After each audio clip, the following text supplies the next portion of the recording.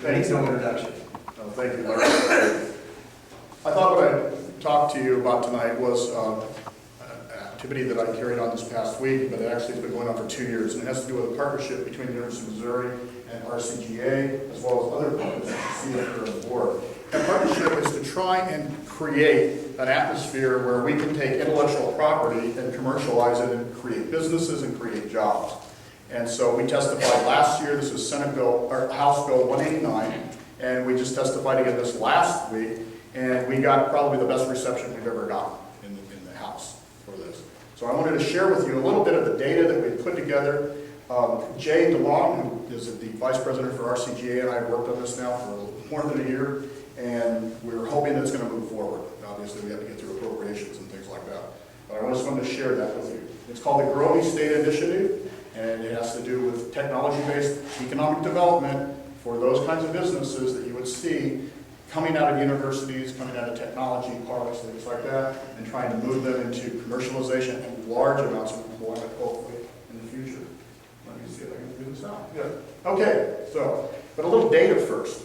We had the block school at the UMKC actually do some research for us. And here's a really interesting thing, and this is carrying on what Bob said or showed on his slides. We have some tremendous researchers here who are doing tremendous work. And in fact, it's so tremendous, we ranked 9th as a state. We are in the top 10. Think about that, in this whole country, as far as attracting federal research grants. Very few people know that. It's absolutely amazing. And yet, we're 27th at startups. Why? What's the disconnect? The reason that we laid down here, and I'm going to show you a little bit of data in a few minutes, is we do not provide people incentives to stay here and develop those businesses. It goes elsewhere. And we want to do something to reverse that. And that's what Senate Bill, or House Bill 189 is all about. Now, Larry, where'd you go? Right back here. Okay, this is the rock quarry concept for IP and commercialization. I thought about this long and hard and knew that I'd be here, and I thought, this is going to be the way I will explain it. But basically what we're talking about here is the idea. We talked about that a little bit tonight. And some of the things that the university does is protect that IP and license it out. But in each of these stages, okay, there are leverage points where it makes sense to put money so that we can leverage it to get more effective. And so obviously, when we're ramping up the manufacture, that's where the big jobs come. Okay, and when we get out on the sales forces, that's where even more jobs come. Okay, but along this whole process, there's places where we have fallen short in the past. We haven't put money into it. We haven't invested as a state. And I'll show you some data in a few minutes that you won't believe. But here's some to begin. We looked at the average of the neighboring states and what they did per capita, just our neighboring states. They've invested $2.79 per capita. We looked at the average of what we call tech-similar states, not near us, but around. It's $2.94. It's almost the same. Look what we've invested. This is over 10 years. I mean, this is absolutely amazing. We've done essentially nothing while we're ranked 9th and attracting federal dollars into the state. If we want to catch up, it's $17 million. Doesn't seem like a big price to pay. There's lots of jobs. This one's even more. It's unbelievable. And there's 2 things on this slide you need to look at. One are the dates where they made their investments, and 2, the amounts. Missouri has a big goose egg there. One of the things that happened all the time, and this is the number for Kansas has actually gone way up now here recently. But even in this economy, believe it or not. But that fund was started in 2000.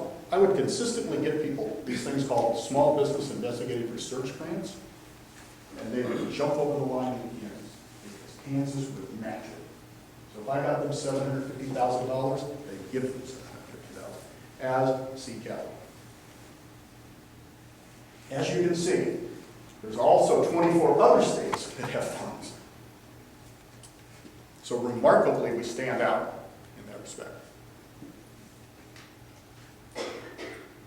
So, basically, what is this initiative?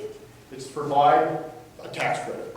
So when people, like from Centennial Funds, invest in these companies, they get a tax credit.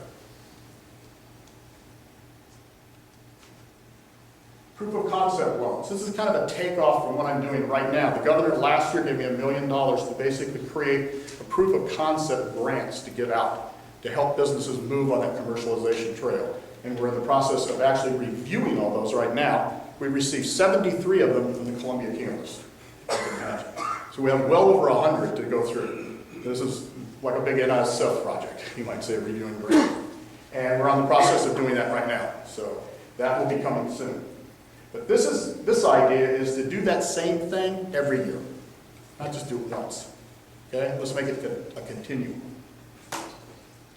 And the last is the seed capital revolving fund, so that people like Centennial and the state can co-invest. And this can happen all around the state of Missouri, but allowing them to co-invest with private investors and get credit for that. Why is this important? One of the things I mentioned earlier is this is usually called the Valley of Death, or it looks like my stock portfolio. But what we want to do is we want to shorten this time. And one of the ways you shorten that time is providing an impulse, okay, of investment at different points in time. And these are the best leverage points that you can have as you're moving out. Because if you do it then, you bring this time frame back and get out of there quicker.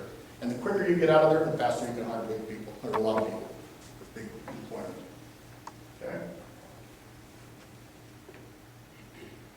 This is the two slides that I'm going to show you next to the ones I really like. Because here's people who have done this, done exactly what we proposed for 2 years ago. Oklahoma started a program in '99, loaned $8 million to 86 companies. 198 million bucks. Oklahoma's not even close to us as far as the amount of R&D that we do.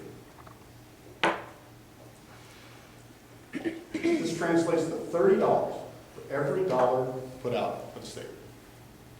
Tremendous investment. I think we all take that right now, right? Our IRAs or whatever, get $30. And this one comes from Maryland. They created it in '94. Invested $45 million in 175 companies. Return of more than $57 million to the state, and attracted $1 billion in outside equity. 1,500 jobs with an average salary of $70,000. We look at these as benchmarks. This is what we should be doing here. And these are the kinds of investment dollars we need to do.